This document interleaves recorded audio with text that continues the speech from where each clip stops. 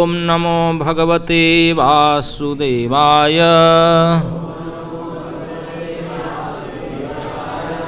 ओम नमो भगवते वासुदेवाय।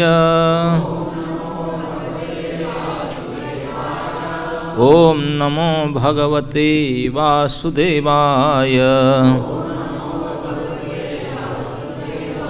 नारायणं नमस्कृत्य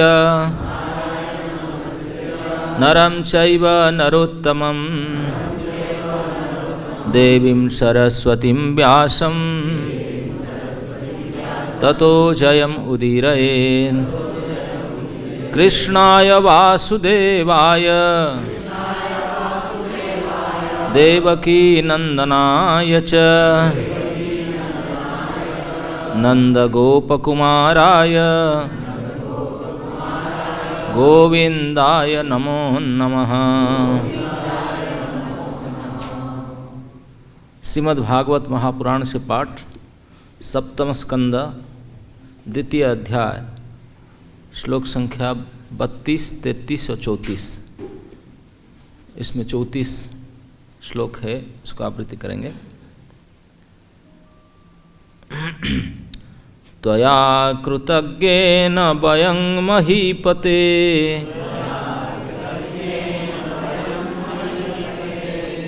कथं विनाश्याम सुहृत्तमेन ते।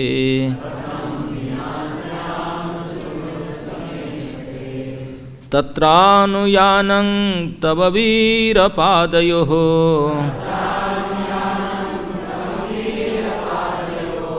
शुश्रूषतीनां दिशयत्र यास्यसि।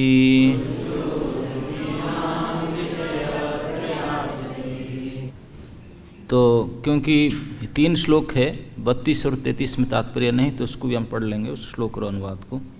श्लोक नंबर 32। रुदत्य उच्चैर्दयिताङ्घ्रिपङ्कजं सिञ्चन्त्य अस्त्रे कुचकुङ्कुमारुणे विस्त्रस्तकेशाभरणां शुचं नृणां सृजन्त्य आक्रंदनया विलेपिरे। रानियों के जोर जोर से रोने पर उनके आंसू वक्षस्थल पर लुढ़काए थे, जहाँ वे कुंकुम चूर्ण से लाल होकर फिर उनके पति के चरण कमलों पर गिर पड़े। उनके केश बिखर गए, उनके आभूषण गिर गए और अन्य के हृदय में सहानुभूति जगाती हुई रानियां अपने पति की मृत्यु पर विलाप करने लगी। अहो विधात्रा करुणेन न प्रभु भवान् प्रणीतो दृगगोचरां दशाम् उसी नराणाम् असि वृत्तिदः पुरा कृतो धुना येन शुचां विवर्धनः। हे नाथ, अब आप क्रूर विधाता द्वारा हमारी दृष्टि से ओझल कर लिए गए हैं। इसके पूर्व आप उसी नर के निवासियों को जीविका प्रदान करते थे, जिससे वे सुखी रहते थे, किंतु अब आपकी दशा उनके दुख का कारण बनी है। अब श्लोक 34। त्वया कृतज्ञेन वयं महीपते कथं विनाश्याम सुहृत्तमेन ते। तत्रानुयानं तव वीरपादयोः शुश्रूषतीनां दिशयत्र यास्यसि। अनुवाद। हे राजन, हे वीर, आप अत्यंत कृतज्ञ पति थे और हम सबों के अत्यंत निष्ठावान मित्र थे। आपके बिना हम कैसे रह सकेंगी। हे वीर, आप जहाँ भी जा रहे हैं कृपया करके हमारा निर्देशन करें, जिससे हम आपके पदचिन्हों का अनुसरण कर सकें और पुनः आपकी सेवा कर सकें। हमें भी अपने साथ ले चलें। तात्पर्य। पुराने ज़माने में क्षेत्रीय राजा सामान्यतया कई पत्नियों के पति हुआ करते थे और राजा की मृत्यु होने पर, विशेषतया युद्धभूमि में मरने पर, सारी रानियां पति के साथ सहमरण स्वीकार करती थी, क्योंकि वही उनका जीवन होता था। जब पांडवों के पिता पांडु महाराज मरे तो उनके 2 पत्नियां थीं, एक युधिष्ठिर भीम तथा अर्जुन की माता और दूसरी नकुल तथा सहदेव की माता थी, और वे दोनों ही अपने पति के साथ चिता में जल मरने के लिए तैयार थी। बाद में ऐसा समझौता हुआ जिससे कुंती तो छोटे छोटे बालकों की रखवाली के लिए जीवित रही और दूसरे पत्नी माद्री को पति के साथ मरने की आज्ञा दे दी गई। यह सहमरण की प्रथा भारत में ब्रिटिश शासन तक भी चलती रही, किंतु बाद में इसे हतोत्साहित किया जाने लगा, क्योंकि कलियुग की प्रगति के साथ ही पत्नियों की मनोवृत्ति क्रमशः बदल गई। इस तरह सहमरण की प्रथा एक तरह से उन्मूलित हो चुकी है। तो भी मैंने 50 वर्ष में एक डॉक्टर की पत्नी को पति के मृत्यु के तुरंत बाद स्वेच्छा से मृत्यु का वर्ण करते देखा। पति पत्नी दोनों को शवजान में जुलूस के साथ ले जाया गया। पतिव्रता पत्नी का पति के लिए ऐसा प्रखर प्रेम अत्यंत अनूठा है। ओम अज्ञानं तिमिरान्धस्य ज्ञानाञ्जनशलाकया चक्षुरुन्मीलितं येन तस्मै श्रीगुरवे नमः। श्रीचैतन्यमनोभीष्टं स्थापितं येन भूतले स्वयं रूपकदा मह्यं ददाति स्वपदान्तिकं।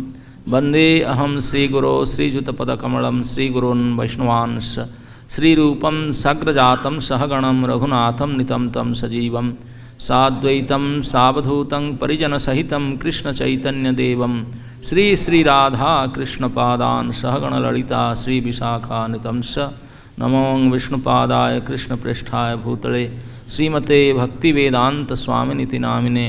नमस्ते सरस्वती देवे गौरवाणी प्रचारिणे निर्विशेषशून्यवादी पाश्चात्यदेशतारिणे।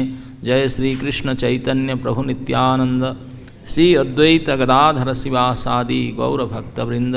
बोलिए हरे कृष्ण कृष्ण कृष्ण हरे हरे, हरे राम राम राम हरे हरे। हरे कृष्ण। तो कुछ आप में हैं जो कि आज के दिन कथा में आए हैं क्लास में, तो आप लोग के लिए थोड़ा पूर्वापर प्रसंग बताना उचित है। ये प्रसंग चल रहा है 7वां स्कंद में। हिरण्यकशिपु के भाई हिरण्याक्ष का वध हो चुका है, बरहादेव ने उसको वध कर चुके हैं। असुरराज हिरण्यकशिपु अब समझा रहे हैं हिरण्याक्ष के पत्नी, उनके माँ और उनके बाल बच्चों को जो रो रहे थे उनके डेड बॉडी के पास, उनको समझा रहे हैं। ये श्लोक कंटिन्यूअसली हिरण्यकशिपु के द्वारा बोला गया है। हिरण्यकशिपु वाच। तो हिरण्यकशिपु समझाने लगा अपने भाई के पत्नियां, और अभी कई पत्नियां होंगे उनके, और उनके जो से संबंधियों को। तो बहुत सुंदर प्रवचन किया शरीर और आत्मा के बारे में, आत्मा का अनश्वरता अविनाशिता और शरीर का विनाशता, और कैसे बिल्कुल भगवद गीता की 2रा अध्याय का अच्छा एक्सप्लेनेशन दिया उन्होंने। भक्ति शास्त्री क्या होगा जरूर। अब उन्होंने समझाया, तो उसके बाद में उन्होंने एक उदाहरण प्रस्तुत किया, एक कहानी बताया। बोला देखो आपको पता नहीं आप ऐसे रो रहे हैं, ये तुच्छ शरीर और आत्मा के भिन्न बताकर ये कहानी बताया। बोला एक समय की बात है, एक राज्य था, राज्य का नाम था उसीनर प्रदेश। तो उसीनर के राजा बड़े प्रतापी राजा थे, उनके कई पत्नियां होती थी, कई पत्नियां थे। तो एक बार युद्ध में उसीनर के राजा हार गए, मर गए, वीर गति के प्राप्त हो गए युद्ध भूमि में। और फिर उनके दशा का वर्णन किया हिरण्यकशिपु ने। बड़ा जैसे आंखों देखा हाल, राजा कैसे मरकड़ के युद्ध भूमि में पड़ा था, उसका डेड बॉडी, कैसे उनका आँख था, कैसे मुंह था, कैसे दांत था, कैसे उनका हाथ कटा हुआ था, अस्त्र पकड़ा था, ये बिल्कुल बड़े इस प्रकार वर्णन किए।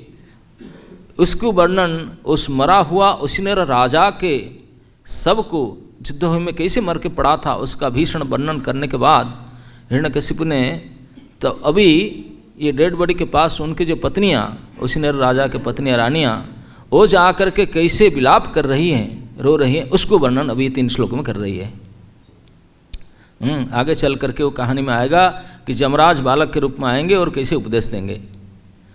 तो अभी ये 3 श्लोक में हम देखते हैं उनके जो उसिनर राजा, जो कहानी हिरण्यकशिपु बता रही है, उसिनर राजा मर चुके हैं और उनके रानियाँ समर प्रांगण में, युद्ध भूमि में उनके पति के डेड बॉडी के पास पहुंच करके रो रही है।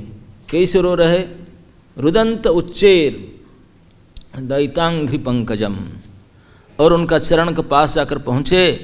ऐसे शोक विह्वल थी कि अब उनसे आँखों से आंसू बह रही थी। वो आंसू बह करके उनके वक्षस्थल पर स्तनाग्र को, जिसमें कुमकुम लगा हुआ था, वो केसर कुमकुम को स्पर्श करके लाल लाल हो गए थे आंसू, और आंसू लाल आंसू गिर करके उनके पति के सब के चरण को धो रहे थे, चरण में गिर रहे थे। इस प्रकार हिरण्यकशिपु एग्जैक्ट जैसे पता नहीं कैसे देख रहा था सीसीटीवी ला कर, क्या बिल्कुल ऐसे देख कर वर्णन कर रहा है कैसे उनके चरण में गिर रहे थे। और उनके केस और गहना सब बिखर गया। केस और गहने ऑटोमेटिक तो खोल देते हैं, विधवा होने से सब गहना उतार देते हैं, वो केस खोल देते तो उनका सब ऐसे केस बिखर गए, गहना सब ढीले पड़ गए, खुल गए। और इस प्रकार से करुण क्रंदन की विलाप करने लगी कि आसपास में जितने जनसमुदाय थे सबके अंदर शोक संतप्त हो उठा, शोक संचारित हो गया, सबके सहानुभूति जग गया। वाह कितने दुख है, कैसे रो रहे हैं। सबके अंदर ऐसे सहानुभूति क्रिएट करके सबके अंदर शोक संचार करते हुए विकल भाव में क्रंदन करने लगी, विलाप करने लगी। आगे क्या है 33 नंबर बोलते हैं अहो विधाता, और वही करुण स्वर में विधाता को बोलते हाय विधाता तुमने क्या किया। हे प्रभु, अब हमारा ये पति को हमसे ले लिया, छीन लिया। अब उनके साथ हम रहती थी, अब उनसे ले लिया, हमसे अलग कर लिया। अरे ये देशवासी उसिनर प्रदेश के लोगों को उन्होंने पालता था, उन्हीं को पोषण करता था, अब वो चले गए, वो सब दुखी हो रहे हैं, उनके दुख के कारण है। अब कैसे हम लोग का कैसे पालन पोषण कौन करेगा, हम लोग का देखभाल कौन करेगा। तो अभी इस श्लोक में कह रहे हैं त्वया कृतज्ञेन वयं महीपते। बोले हो आप कैसे थे, हम आपको कैसे भूल सकें। हे राजा, आप हम लोगों को कितने प्रेम करते थे। कृतज्ञ का कहने का मतलब है हम कभी छोटी से छोटी सेवा करते थे आपके, तो आप उसको बहुत बड़ा करके मानते थे, हमको बड़ा सराहना करते थे, प्रशंसा करते थे। यही कृतज्ञता है, छोटी सी छोटी कोई सेवा को जो बहुत बड़े माने, और जो नहीं माने, बड़ी सेवा को भी नहीं माने, कृतज्ञ है। लेकिन कृतज्ञ थी तो उनको याद करके रानियाँ कहते हैं कि आप हमारे छोटी सी छोटी सेवा के लिए कितने हमको सराहना करते थे, कितने हमको बढ़ावा देते थे, प्रशंसा करते थे। आप सचमुच कृतज्ञ है। कथं बिना श्याम सुपते नते, तो बोलते हैं कि आपके बिना फिर हम कैसे रह सकेगी। आप आज हम लोग को छोड़ करके चले गए, आपके बिना, आपके सहानुभूति पोषण के बिना हम कैसे टिक सकें, कैसे जी सकते हैं। तत्रानुदानं तव वीर पादयो, हे वीर आप तो चले गए वीर गति को प्राप्त करके, हम ही आपके बिना कैसे रह सकते हैं। तो कृपा करके हमको भी आदेश दीजिए, हमको भी आपके साथ ले चलिए, हमको भी आज्ञा दीजिए कि हम भी आपके लोग को प्राप्त करें, आपके साथ जाएं। इस प्रकार की प्रार्थना करके क्योंकि जाके क्या करेंगे ना, आपकी सेवा करेंगे। जैसे आपकी सेवा यहाँ करती थी, आप जहाँ जाएंगे आपके पीछे पीछे वहीं जाकर आपके चरण की सेवा करेंगी और हम अपने जीवन को धन्य करेगी। यही पत्नी धर्म है। तो इस प्रकार रोती बिलखती उस उसिनर की राजाओं की पत्नियों ने इस प्रकार विलाप कर रही थी। इसी को हिरण्यकशिपु ने बता रही है अपने संबंधियों के सामने। तो इसके ऊपर प्रभुपाद जी कहते हैं कि पुराने ज़माने में क्षत्रिय राजा अनेक पत्नी रखती थी, अनेक पत्नियों के पति हुआ करती थी। कई शादियाँ होती थी, अब तो कई अब सुने होंगे। एक तो भागवत में वर्णन आता है चित्रकेतु महाराज का, जिनका केवल 1 करोड़ पत्नी थी। अब पता नहीं कैसे उनका टर्न आता होगा, पता नहीं, जो भी हो।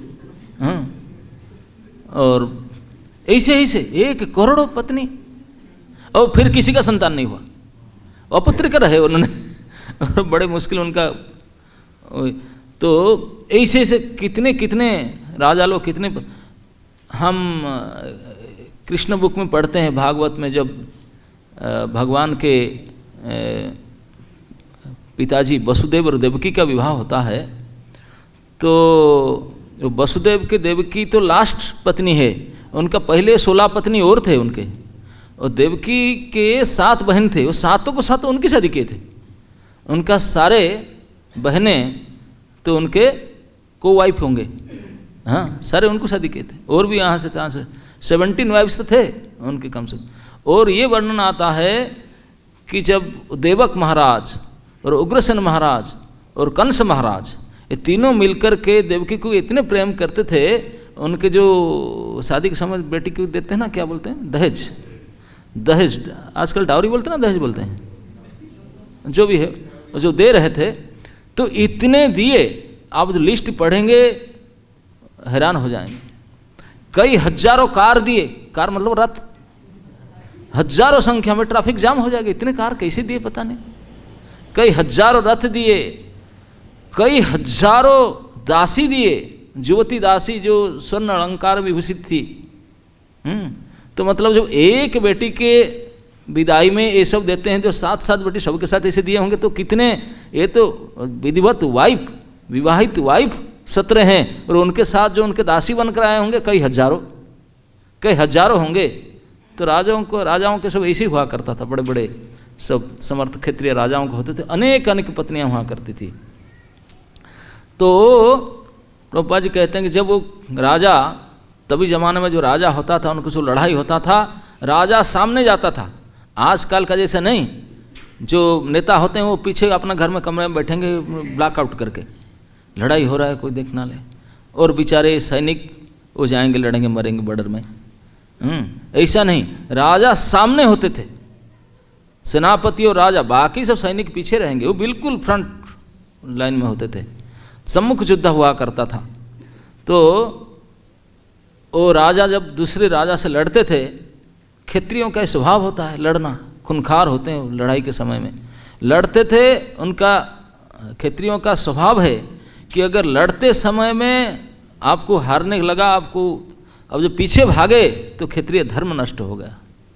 मर जाओ लेकिन पीठ मत दिखाओ, सामने से लड़ते लड़ते मर जाना, इसी को कहते हैं वीर गति प्राप्त हो गया, उनके गति प्राप्त हो जाएगा। अगर आपके हथियार कट गया, हाथ कट गया, आप डर के मारे पीछे भागे, तो आपके धर्म नष्ट हो गया। ऐसे हमने सुनी है कि झांसी के जो रानी थी क्षत्रियानी, उनके पति एक उनका विवाद हुआ था, दूसरे राजा के साथ लड़ाई हुआ था, तो राज्य के प्रांत में लड़ाई हो रहा था, राजा गए थे लड़ने के लिए, लेकिन दूसरे जो राजा था बड़ा बलशाली था, पराक्रमी, तो राजा उनको इतने वो मार सहन नहीं कर पाया, झांसी के राजा, तो उन्हें भाग कर आ गया, छोड़ करके भाग करके आ गया, घोड़ा पकड़ करके भाग के आ गया। जैसे आया और रानी ने देखा कि उनका पीठ में घाव है। जब घर में आया बोला गेट आउट, उनके पत्नी ने निकाल दिया उसको, घर में नहीं घुसने दिया, बोला पीठ में घाव कैसे हुआ, तो मतलब भागे अपने, अब लड़ाई छोड़कर भागे और पीछे से मारा, आपके पीठ में स्पट है। सामने होना चाहिए था, क्षत्रियों का पीठ में घाव नहीं होना चाहिए, सामने मरे तब तक पीठ नहीं दिखाएं। आप डर के मारे भाग कर आए, तुम हमारे पति के लायक नहीं, निकल जाओ यहाँ से। निकाल दिया उनके पति को, पत्नी ने राज्य से उन्हें घर से निकाल दिया धक्का मार के, गेट आउट, और स्वयं सेनापति बनकर लड़ने के लिए गई। तो ऐसे होते हैं सब, ऐसे क्षत्रिय धर्म के पुरुष स्त्री दोनों में ऐसे क्षत्रियाणी हुआ करती थी, युद्ध लोलुप हुआ करती थी। तो इस प्रकार ये उसनेर राजा जो क्षत्रिय राजा थे, तो उनने लड़ाई में, उनके शत्रु बलवान थे, तो वहाँ उनका मृत्यु हुआ, वीर गति को प्राप्त हुए, और कई से मर के पड़े। शत्रुओं ने उनके हाथ काट दिए, उनके अस्त्र कट गया, भुजा कट गई, और बिल्कुल ऐसे कलीजा फट गया है, इतने जोर से मार मारे थे, हृदय से कलीजा फट गया था, वो इतना ब्लीडिंग हो रहा था, और बिल्कुल दांत गुस्से में ऐसे करके दांत को दबाए हुआ था, और इस अवस्था में मर के पड़ा था। उनके मुकुट मुख सब धूल में धूसरित हो चुका था। ऐसे भयानक वर्णन करके ऐसे मर पड़े थे उसी नर के राजा, और वो रानियाँ जा करके उनको पकड़ कर रो रही हैं। तो प्रभुपाद जी ने कहते हैं कि रानियाँ जो जा कर के प्रार्थना करती हैं अपने पति के डेड बॉडी के चरण में बैठ करके, और बोलते हैं कि हमको तो छोड़ कर आप चले गए, और उनका गुण को याद करते हैं, आप कैसे अच्छे थे, अभी आप जहाँ चले गए हमको भी यहीं ले जाइए, मतलब हम पति लोग को प्राप्त करना चाहते हैं, आप जहाँ गए हम भी वही जाएंगे, आपके साथ रहेंगे, आपकी सेवा करेंगे। प्रभुपाद जी कहते हैं ये प्रथा भारतवर्ष में कई वर्षों से था, ये ब्रिटिश गवर्नमेंट ने उसको बंद कर रोक लगाया, ये उसको सती प्रथा कहते थे। पता नहीं सती के मतलब पति के प्रति अनुगत रहना और पति के सब के साथ जल जाना कोई सती नहीं है, हाँ वो माना जाएगा कि इनके था। लेकिन कभी कभी मैंने इसे वर्णन सुना हो, कई पत्नियों को जबरदस्ती पकड़ पकड़ कर आग में डालते थे, वो भाग जाते थे कहीं जला में आग, पकड़ पकड़ कर नहीं मरना पड़े, ऐसा नहीं करना चाहता। किसी का सचमुच अनुराग है, स्वयं आकर के पति के चिता को गोद में लेकर के आग में बैठ जाए, इतना किसी का हो तब तो माना जाए। अरे ये पकड़ पकड़ कर ला जबरदस्ती आग में डालें, ये तो ठीक नहीं है। लेकिन इस प्रकार का अत्याचार शुरू हो रहा था कभी, तो ब्रिटिश गवर्नमेंट के समय उसको फिर बंद रखा। राजा राम मोहन राय प्रसिद्ध है, सती प्रथा को बंद कराए थे। इस प्रकार प्रभुपाद जी कहते हैं कि मैंने 50 साल पहले, प्रभुपाद जी ने देखे, बोले मैंने देखा था कि डॉक्टर के वाइफ जब डॉक्टर ने मर गया वो भी शरीर छोड़ दी, बोले उनको जलाया नहीं गया, जिंदा आग में नहीं डाला, वो उनके पति का मृत्यु पर इतने दुखी हुआ कि उनका भी प्राण छूट गया शरीर से। तो दोनों के लाश एक चिता पर जला, सहज शव यात्रा में दोनों लाश लेकर गए और दोनों एक साथ में जला, ये देखे हैं। बोलते हैं इस प्रकार अनुराग होता था पत्नियों के पति के प्रति। तो प्रभुपाद जी ने एक महाभारत से कहानी उल्लेख की है इसमें सहमरण के समझाने के लिए। वो पंडु महाराज का बात उदाहरण किए हैं। बोलते पंडु महाराज आप जानते हैं वो धृतराष्ट्र के भाई थे, डायरेक्ट व्यासदेव के पुत्र थे। धृतराष्ट्र, पंडु और विदुर ये तीनों व्यासदेव के पुत्र थे। हाँ, अब व्यासदेव तो भगवत अवतार हैं, वांग्मय अवतार, तो उनके पुत्र थे। और बड़ा थे धृतराष्ट्र, लेकिन अंधा होने के कारण रिजेक्टेड हो गए, पोस्ट में उनको रखा नहीं गया, सिलेक्शन नहीं हुआ उनका। और उसके नंबर आया फिर पंडु के, पंडु सिलेक्ट हो गए। और विदुर जी क्योंकि वो दासी पुत्र थे इसलिए उनको भी सिलेक्शन नहीं किया गया, वो मंत्री बन के रहे। धृतराष्ट्र तो यही से ही पेंशन लेकर बैठे, अंधे थे और क्या है। और बाकी पंडु महाराज राजा हो गया, हस्तिनापुर सम्राट। कोई 1000 वर्ष से इतनी बड़ी साम्राज्य के अधिपति बनना पंडु महाराज थे। तो उन्होंने विवाह किए। अब भगवान कृष्ण के बुआ होंगे, उनके पिताजी के बहन, वसुदेव की सगे बहन कुंती हैं। सुरसेन की जो 10 पुत्र और 5 पुत्री थी उसमें से एक प्रथा थी। बाद में कुंती भोज जो उनके गोद में लिए तो उनका नाम कुंती पड़ी, नहीं तो प्रथा उनका पहले का नाम था। सुरसेन के बेटी हैं। सुरसेन के 10 पुत्र में बड़े थे वसुदेव, और उनके बेटियों में कुंती भी थी। तो बिल्कुल वसुदेव के सगे बहन, और वसुदेव के पुत्र वासुदेव हुए, कृष्ण हुए। तो कुंती देवी भी शादी किए थे पंडु महाराज को, बहुत बड़ा राजा था उनके साथ शादी हुआ था। तो पंडु महाराज केवल एक पत्नी नहीं, वो दूसरी पत्नी भी विवाह किए थे, मद्रास के थे। माद्री उनका नाम था, मद्र राजा के पुत्री माद्री। तो कुंती और माद्री ये दोनों पत्नी थे पंडु महाराज के। अभी पंडु महाराज विवाह करके कुछ ही दिन के बाद राजा लोग होते हैं, लड़ाई वगैरह करते हैं, वो तो बड़े दुर्दश वीर थे पंडु महाराज। पूरे पृथ्वी को लगभग उन्होंने जीत चुके थे। एक बार उन्होंने शिकार करने के लिए निकले मृगया के लिए, और शिकार के लिए जाते हैं राजा महाराजा, प्रैक्टिस करते हैं जा करके। और शिकार में उन्होंने देखे एक हिरण दंपति, एक हिरण और हिरणी, वो संभोग में रत थे। इसी समय में वो देखे तो ढूंढ रहे थे, को मिले नहीं, वो बाण चलाए। बाण चलाया, जो मेल हिरण था उसमें बाण लगा, जो पुरुष हिरण था, तो बाण लगा तो गिर पड़ा, छटछट होने लगा मरण मृत्यु यंत्रणा में। तब उन्होंने मनुष्य भाषा में बोलने लगा। हो पंडु महाराज, अरे हिरण नहीं, मनुष्य की तरह बोलता, बोलने लगा, क्योंकि ऋषि थे, किंदम ऋषि थे। और किंदम ऋषि और उनके पत्नी थे, इतने वैराग्य ऋषि थे, उनका कुटिया घर आश्रम फाश्रम नहीं था।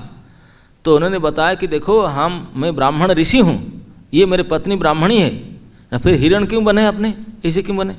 बोले कि हम संभोग करना चाहते थे, लेकिन मनुष्य रूप में करेंगे, हमारा घर घाटी तो नहीं है, तो सामने गांव में बाजार में लोग हमको क्रिटिसाइज करेंगे, इसलिए हम रूप बदला दिए, हिरण हिरण बन करके इसी जंगल में थे। लेकिन अब इसी समय में आप हमको मारे, ये बहुत हिंसक हुआ, आप इतने बड़ी निष्ठुर कैसे बने? कोई भी ऐसा पशु पक्षी नहीं से नहीं चाहेंगे, आपने किया तो हम आपको मरते समय में अभिशाप देते थे। मैं अभी पुत्र उत्पन्न करते समय में पत्नी के साथ इसी समय मुझे मार दिया आपने, तो इसलिए आप भी पुत्र उत्पन्न करते समय इच्छा कर पत्नी संग करने मात्र से आपकी भी छाती फट जाएगा, मर जाएंगे। पत्नी सहवास आप भी नहीं कर पाएंगे। इस प्रकार साप दे दी, साप दे दिया। तो ये साप को सुन करके पंडु महाराज तो बड़े दुखी हो गए। बोले अभी देखो, दो पत्नी मेरे है, वो बहुत सुंदरी राजकुमारी है, और मोर के पुत्र ही नहीं होगा। अरे इतने बड़े राजा, हमारे राज कैसे चलेगा, हमारा परंपरा। बड़े दुखी होकर के आए, और कुछ दिन रहे, लेकिन वो जो साप है किंदम ऋषि का, तो उनके मन में हमेशा रहा, और पत्नी को देखते उनके पास नहीं जा पाते, और बोले सब फीका पड़ गया, उनको राज सुख ये सब फीका पड़ गया।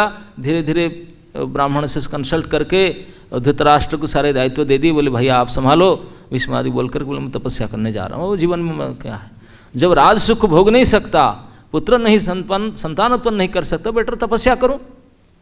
तो ब्राह्मण से सलाह लेकर के उन्होंने तपस्या करने के लिए चल पड़े। दोनों पत्नी बोले हम भी जाएंगे, तप करेंगे, हम आपके पत्नी हैं, हम यहाँ रहकर क्या करेंगे, आप जहाँ जाएंगे हमके साथ, आपका साथ हम रहेंगे।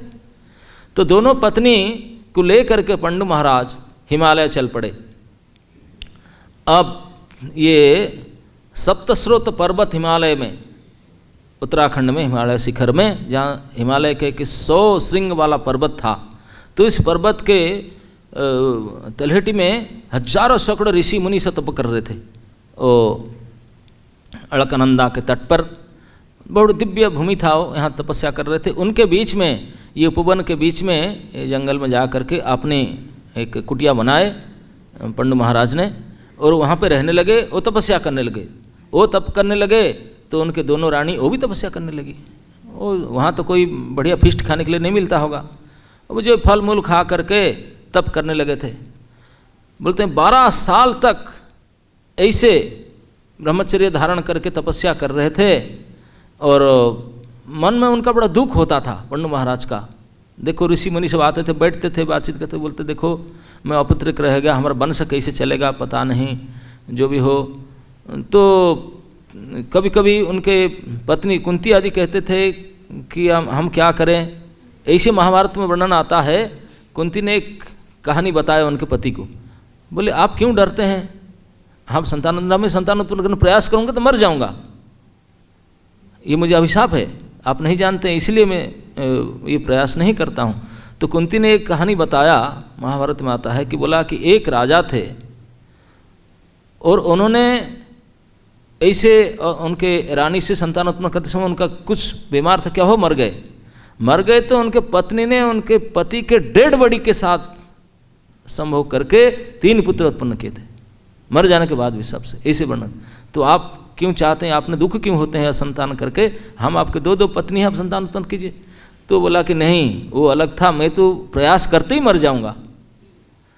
तो फिर पत्नियों के ऐसे बात सुन करके महाराज पंडु भी बोलने लगे, बोले मुझे भी दुख लग रहा है कि आप लोग के दुख को देख करके मैं आपको आदेश देता हूँ कि मैं तो असमर्थ हूँ प्रजा उत्पन्न में, आप दूसरे कोई पुरुष के द्वारा पुत्र उत्पन्न करे, वो मेरे पुत्र माना जाएंगे। कुंती आदि बोले ये कैसे हो सकता है, ये संभव नहीं हो सकता, आप जीते जी हम कैसे करें। तो फिर इसी वार्तालाप में कुंती ने जो दुर्वासा ऋषि से उनको एक वरदान मिला था उसकी बात कही कि मेरे बचपन में थी, मुझे दुर्वासा की वरदान मिला था, मैं अगर किसी देवताओं को भी आवाहन करूं वो देवता आ जाएंगे और हमसे पुत्र उत्पन्न कर सकते हैं। ये नहीं बताया कि कर्ण में हुआ था करके, जो टेस्ट एक्सपेरिमेंट किया था वो पता नहीं, लेकिन ये बताया कि मेरे पास मंत्र है। पंडु महाराज बहुत खुश हुए, बोले देवता आ सकते हैं, देवपुत्र। बोले ऋषियों ने बोलते थे कि आपके पुत्र देवता जैसे होंगे, मैं तो विश्वास नहीं कर रहा था, ऋषि मुझे क्यों बोल रहे हैं, मैं तो पुत्र उत्पन्न कर ही नहीं सकता।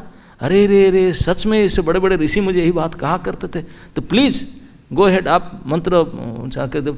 तो बोले कि मैं अपने मन से, मंत्र तो मुझे जब शादी नहीं की थी तब से मिला है, लेकिन मैं आप जो बोलेंगे मैं कर सकता, आपका क्या चाहते हैं।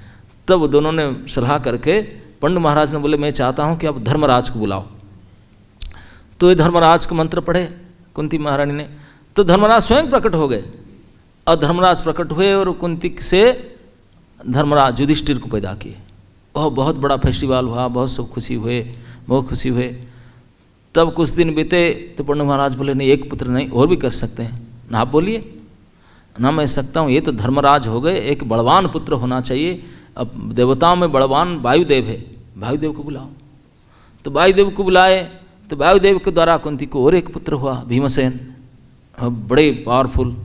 भीमसेन जब पैदा हुआ, कहते हैं कि कुंती माता गोद में ली थी, वायुदेव वरदान देकर चले गए, गोद में ली थी, रो रहे थे गोद में, उसको रो मत रो, तो इसमें पैर उछाल रहे थे, अभी जन्म हुए थे सद्य शिशु, पैर उछाल रहे थे। एक हिमालय का बहुत बड़ा श्रृंग था, श्रृंग समझते ना, शिखर, एक शिखर था, बहुत बड़े चट्टान का भीषण शिखर था, उसमें पैर टच हुआ, छोटा बच्चा पैर उछालते वो उड़ गया, उखड़ गया, वो पर्वत के शिखर उखड़ गया, अभी अभी बच्चा पैदा हुआ था पैर उछालने से। तो माता कुंती उसको देखी, बोला बाप रे बाप, ये जन्मते ही इतने पावरफुल। तो इसीलिए कुंती माता को पता था उसको कोई नहीं हरा सकते, ये महाबली होगा। वायुदेव ने उनको इतने पावर दिए हैं। तो इस प्रकार भीम हुआ। तो कुछ दिन के बाद पंडु महाराज बोले, हम तो बोले और एक बेटा होना चाहिए ना, आप बोलिए ना, ऐसा करो इंद्रदेव को बुलाओ, देवराज इंद्र है। तो देवराज इंद्र को आवाहन किया, तो इंद्रदेव आए, तो उनसे अर्जुन प्रकट हुए, और तीन देवपुत्र, धर्मपुत्र, वायुपुत्र और देवराज इंद्र के पुत्र। और उनके जो दूसरे वाइफ थी माद्री, वो मुख सुखाकर बैठी, बोला देखिए मेरे दीदी के, मतलब उनका क्या बोलेंगे, जो बोलते होंगे, जो उनके तीन बेटे हुए और मेरे को है ही नहीं मुझे। तो उनके दुख दिखाने गए पंडु महाराज। एक दिन बुलाए कुंती को, बोले ऐसा करो, तो उनको थोड़ा दिखा दे दो, मंत्र बता दो उनको, तो वो भी एक पुत्र। तो कुंती ने बोले जैसे आपकी इच्छा। तो माद्री को बता करके उनको भी मंत्र सिखा दी। तो इस मंत्र के आवाहन में तो माद्री पूछी मैम किसको, बोले अश्विनी कुमार। अश्विनी कुमार जो वहाँ के डॉक्टर हैं देवताओं के। तो दोनों भाई आए और दोनों भाई 2 पुत्र उत्पन्न किए, नकुल और सहदेव माद्री के पुत्र हुए। इस प्रकार 5 पुत्र देवपुत्र प्राप्त किए पंडु महाराज, जो स्त्री के स्पर्श नहीं कर सकते, देवताओं के वर्ष। और ये खबर पहुंच गया कैसे भी कैसे हस्तिनापुर में। अभी तक धृतराष्ट्र महाराज का पत्नी गांधारी तो बेगनाट थी, अभी लड़का ही नहीं हुआ था। बोले गाली झगड़ा हुआ उनके घर में भारी, वो घटना मैं नहीं कहना चाह रहा हूँ क्या हुआ घटना, तो जो भी हो। तो वो जब 5 पुत्र वही जंगल में रहे, बड़े ऋषि महर्षि आए, बहुत बड़ा फेस्टिवल हुआ, देवताओं के पुत्र थे, वो तो शुरू से ही बहुत तेजस्वी थे सब। तो किए, तो कुछ दिन पुत्र धीरे धीरे बड़े हो रहे थे। कुछ दिन के बाद में माद्री एक बार गई थी शाम के समय में जंगल से कुल फल मूल इकट्ठा करके लाने के लिए, और गए थे। तो पंडु महाराज ने माद्री की शायद रजस्वला थी, इसे कुछ थी, वो गई थी स्नान करने के लिए। इवनिंग के समय था, शाम के समय था, वो स्नान करने गई थी। और स्नान करने एक वस्त्र में थी, और स्नान करके जब आ रही थी तो ऐसे वर्णन आता है कि सूर्यदेव देखे माद्री को, और माद्री के सौंदर्य से लुब्ध होकर सूर्यदेव के रथ खड़ा हो गया, स्टॉप हो गया, चला नहीं। शाम हो चुका था, सूर्यास्त भी नहीं हो रहा था, सूर्यदेव इतने आसक्त हो गए थे माद्री को देख करके।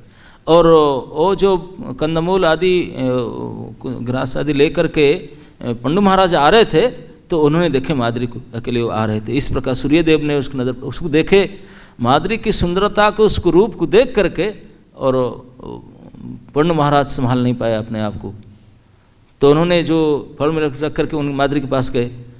माद्री समझ गया पंडु महाराज क्या चाहते हैं, उनको मना किया करने पर भी महाराज पांडु बोले ना।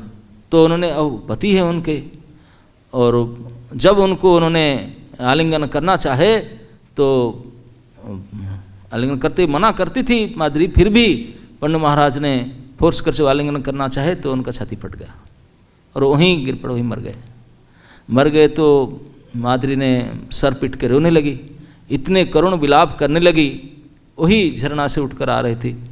और तो कुंती दौड़ कर गई, क्या हुआ, रो रही है। जाके देखा कि उनके पति अब छाती फट चुके, मर चुके हैं। अब चिल्लाए, बोले आप कैसे हुआ, आपके प्रति आसक्त तो मना नहीं किया आपने, आप कैसे। तो वो तो रो रही थी, रो कर बोली दीदी आपको क्या बताऊं, ऐसे हुआ, मैं तो पूरी प्रयास की थी। लेकिन तब कुंती ने बोला कि भगवान की इच्छा है, हम क्या कर सकते हैं, विधाता ही चाहता था कि हम दोनों हैं, अभी हम कैसे रहें, 5 बच्चे हैं छोटे छोटे, पति नहीं रहे, जंगल में हमारा कुछ नहीं है, धन संपत्ति बैंक बैलेंस कुछ डेबिट क्रेडिट कार्ड भी नहीं है, कैसे चलें, कैसे मेंशन होगा। तो बोले तो जो होगा देखा जाएगा बाद में, लेकिन अभी हम 2 पत्नी है और हमारे पति महाराज पांडु के डेड बॉडी पड़ा हुआ है, नियम तो यही है कि हम सती होना चाहिए, सहमरण करना चाहिए। तो दोनों चाहते थे सहमरण करने के लिए, दोनों पति के साथ चिता में जाना चाहते थे, लेकिन 5 छोटे छोटे बच्चे हैं, इसके कैसे कर सकते हैं, क्योंकि विधान नहीं है, जो प्रेग्नेंट होंगे, जिनके बच्चे होंगे वो चिता में जा नहीं सकते हैं, ये नियम नहीं है।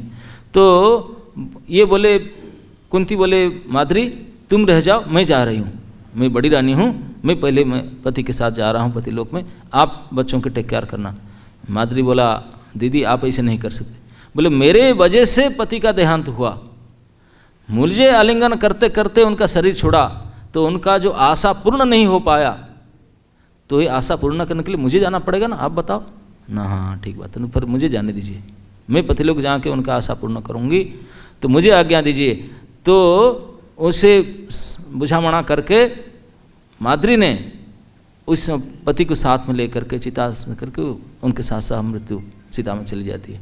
और कुंती, उनके जो 3 बच्चे थे और माद्री के 2 बच्चे थे, और 5 संतान के माँ के रूप में कुंती ने उनको लालन पालन की। इस बात को प्रभुपाद जी ने कहते हैं कि इस प्रकार जो महिषी महिलाएं होती थी, राजपुत्रियाँ, तो वो भी ऐसे इतने उनके अंदर साहस हुआ करता था कि जीते जी अपने पति के डेड बॉडी को लेकर के जल जाती थी। हमको थोड़ा सा कहीं आग लग जाए और ही जल गया, वो पपुला पड़ गया, कितने डरते। और जीते जी आग में जाकर बैठ जाए, आग के आँच देख करके हम पीछे हट जाते हैं, इतने कष्ट होता है, कैसे जल जाएं। लेकिन किस प्रकार का अनुराग होता होगा उनका, किस प्रकार का डेडिकेशन होता होगा उनका। इसी बात को देते हैं कि ये जो उसिनर के राजा के जो रानियाँ थी, वो लोग भी यही चाहते हैं कि आपके लोग को हम प्राप्त कर गई, लेकिन केवल साथ में जल जाने से प्राप्त होने की ये तो प्रथाएं हैं। लेकिन हम ये भी देखे हैं कि जो भगवान की भक्ति में जुड़े रहते हैं जो पत्नियां, अगर पति उनके भक्त है तो उनको बिना कुछ किए वो पति लोग को प्राप्त हो जाएंगे। कई ऐसे भागवत में ऐसे उदाहरण प्राप्त होता है। राजा ने भक्त होकर के भक्ति करके चले गए भक्ति करने के लिए, तो पत्नी घर में रह करके उन्हीं के मंत्र जो उन्हीं के जो भक्ति पथ को कठोरता से पालन करके वो भी इस लोक को प्राप्त कर गए, ऐसे वर्णन आता है। तो ऐसा नहीं है कि केवल उनके साथ जल जाने से ही होगा, नहीं। हम देखते हैं शास्त्र में पूरी आदि तक भी लोक कथाओं में भी 5 सती पंच सतीम पंच कन्याम स्मरित नित्यम महापातकनाशनम, सुबह सुबह 5 स्त्रियों का नाम लिया जाता है पाप से मुक्त होने के लिए। अहल्या, द्रौपदी, तारा, कुंती, मंदोदरीस्तथा पंच सती स्परंग नित्यं महापातकनाश। तो ये 5 स्त्रियों का नाम लेना पड़ता है, बहुत बड़े पुण्य फल प्राप्त होते हैं नाम लेने से इस 5 स्त्रियों का। और वो जानते हैं 5 स्त्रियों का सब एक से ज़्यादा पति वाले थे। अरे सती कैसे हुए? उनका नाम लेने से धर्म हो जाता है। हाँ, अहल्या, अब जानते हैं ना अहल्या कथा, काली में कुछ स्टोरी में बोला था, अहल्या इंद्र ने जिनको दर्शन किया, अहल्या, द्रौपदी, वो तो फेमस है, 5 पति तो एक थे, होलसेल में लिए थे। तो अहल्या, द्रौपदी, तारा, मंदोदरी, कुंती, ये 5 को 5, उन्हीं का नाम आज भी हिंदू समाज में लोग सुबह सुबह उठकर किसी 5 स्त्रियों का नाम लेते हैं ताकि पवित्र हो जाता है, हमारा बहुत पुण्य प्राप्त होता है। तो ये 5 फिर कैसे, ये तो सब एक पति वाले थे नहीं, मरने के बाद, पति मर जाने के बाद दूसरे पति को प्राप्त किए थे। मंदोदरी रावण के बाद विभीषण को साथ रहे, और तारा ने बाली के बाद सुग्रीव के साथ रहे। अब सभी का ऐसे रिकॉर्ड है। तो कैसे, तो ये सब को, ये लोक कथाएं भले कोई देखे ना देखे, लेकिन असली चीज़ जो महागुण है जिसके कारण उनके अंदर ये पावर आया, शक्ति आया, ये क्या है कि सब अनन्य भगवान के भक्त थे, सभी भगवान के भक्त थे। ये जितने 5 को 5 स्त्रियां भगवान की समर्पित भक्त थी।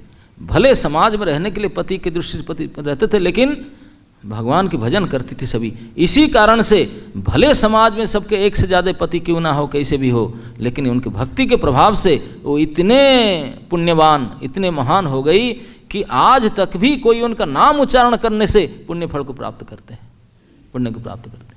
तो इसलिए केवल सहमरण, अपने पति मर गया उनको लेकर के मर जाएं कि जल जाएं, कुछ हो जाए, इसमें कोई बड़ी बात नहीं। कितने सतियों का नाम लेते हैं जो आग में जलें, आपको पता ही नहीं हो, जो आग में जले। कई भारतवर्ष में हजारों स्त्रियों को ऐसे जला दिए गए, वो जल भी गए हैं, उनका नाम किसी को पता ही नहीं। लेकिन ये जले नहीं है, पति मर गया, दूसरे पति को शादी कर लिए, उसका नाम अभी पुराण प्रसिद्ध है, लिया जाता है। क्यों? तो ये जलना मरना ऐसे बेकार की बात है।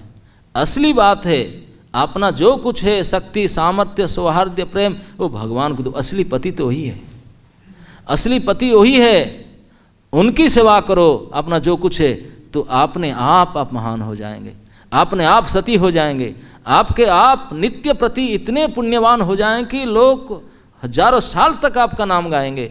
अगर भगवान की भक्ति कोई करे, भक्ति ना करके केवल पति के साथ रहने से कोई पूछेंगे नहीं, ये मर जाएंगे। हाँ, भले कुछ पुण्य मिले, लेकिन बड़ी बात है ये पति के साथ रहो या कैसे भी करो, लेकिन भगवान को भजन करते रहो, स्मरण करते रहो, ये हम सीखते हैं। तो लेकिन हिरण्यकशिपु बताते हैं कि ये जो उसी नर की पत्नियाँ ऐसे रो रहे थे अपने पति के सब के पास रह करके, अब आगे चल कर के बोलते हमने, वो छोड़ नहीं रहे थे, उनके बाकी राज कर्मचारी आए, बोले उनको मृत्यु कर्म करना है, बाकी क्रिया तो करना, डेड बॉडी हो जाएगी तो उससे उनको संस्कार आदि करवाना है, चिता लगाना है, वो दे नहीं रहे थे, पकड़ कर रो रहे थे, उनको छाती पीट कर रो रहे थे। तो इसी समय में वो बोले क्या करें, वो रानियाँ नहीं छोड़ रहे हैं, हम कैसे करें, लाश को लेकर कैसे जलाएं, कुछ काम। तो इस समय जमराज आते हैं, जमराज आकर के बालक रूप लेकर के आकर के ऐसे उपदेश दिए तो वो छोड़ दिए, उनके बात सुन करके आसक्ति छूट गया उनका। ये सब पति को पकड़ कर रोना, ये करना, ये सब भौतिक आसक्ति के परिचय है। अब हिरण्यकशिपु महाराज ने इस श्लोक कहने से कुछ लोग के आगे कहते हैं, बोले ये तो सब हम जैसे कोई पियाओ में या कोई ट्रेन में जाते हैं, ट्रेन में जब जाते हैं कंपार्टमेंट में, आपका बर्थ के पास और भी 2-4 कोई बैठे होंगे पुरुष स्त्री, अब बातचीत होता है, संबंध हो जाता है, मित्रता हो जाता है, लेकिन उनका स्टेशन आया वो उतर गए, आपका स्टेशन आया आप उतर गए। ठीक इसी प्रकार वो पति पत्नी पिता पुत्र सब होते हैं, सबका स्टेशन अलग अलग है भैया। उनका स्टेशन आने से वो उतर जाएंगे, कोई नहीं पूछेगा आपको, और उनका स्टेशन से वो भी उतर जाएंगे। बोले ये सब थोड़ी देर के लिए अपना मान लिए संबंध है, ये सब मान्यता है, असलियत कोई हमारे संबंध नहीं है, संबंध केवल कृष्ण के साथ है, हम उनके हैं और वो हमारे हैं, केवल ही संबंध है। उसको छोड़कर ये सारे धोखेबाज झूठा संबंध थोड़ी देर के लिए होता है, इसके लिए रोना धोना होता है, इसी को कोई नहीं पूछते हैं, ये सब संसार के लक्षण है। लेकिन असलियत मनुष्य जन्म पा करके अगर हम इस बात को समझ ले और हमारा जो खोया हुआ संबंध, भुला हुआ संबंध को फिर उस असली संबंधी के साथ स्थापना करें, उन भगवान कृष्ण के साथ दोबारा हम संबंधित हो जाए, तो इस मनुष्य जीवन सार्थक सफल हो जाए, है ना। नहीं तो जिन लोग ने, जिन स्त्रियों ने कई पति के साथ रहते हुए भी भगवान के संबंध को मेंटेन कर पाए, वो आज उनका नाम आज तक गाया जा रहा है शास्त्रों में, पुराण में। ये पुण्यवान हो गई, भगवान के साथ संबंध जोड़ करके पुण्यवान हो गई। तो कई ऐसे प्रमाण मिलता है शास्त्र में। गोपियाँ ने अपने पति को छोड़ करके रात में मिडनाइट में भाग करके कृष्ण के पास आए। अभी बड़े बड़े महापुरुष गोपियों के चरण रज के लिए प्रार्थना करते हैं, ब्रह्मा शिव तक। बोलेंगे मेरे पति छोड़ के भाग गए रात में, लेकिन नहीं, कोई उनको अवगुण नहीं कहता ना। कृष्ण के लिए कुछ भी किया जा सकता है, कुछ भी करो। पति छोड़ो, पुत्र छोड़ो, बाप छोड़ो, बेटे छोड़ो, घर छोड़ो, कुछ भी छोड़ो, गुरु छोड़ो, अगर कृष्ण के लिए त्याग किया आप महान हो जाएंगे। कृष्ण के साथ संबंध करना, बस यही जीवन के एकमात्र परम लक्ष्य है, यही एकमात्र परम उद्देश्य यही होना चाहिए। तो हमारे पास जो भी शक्ति सामर्थ्य जो भी कुछ है पूरे लगा करके एकदम से भगवान कृष्ण के साथ पुनः संबंध स्थापन करना चाहिए, उन्हीं के भजन उनके सेवा करना चाहिए। इसी से हमारा मानव जीवन सफल होगा। हरे कृष्ण हरे कृष्ण कृष्ण कृष्ण हरे हरे, हरे राम राम राम हरे हरे।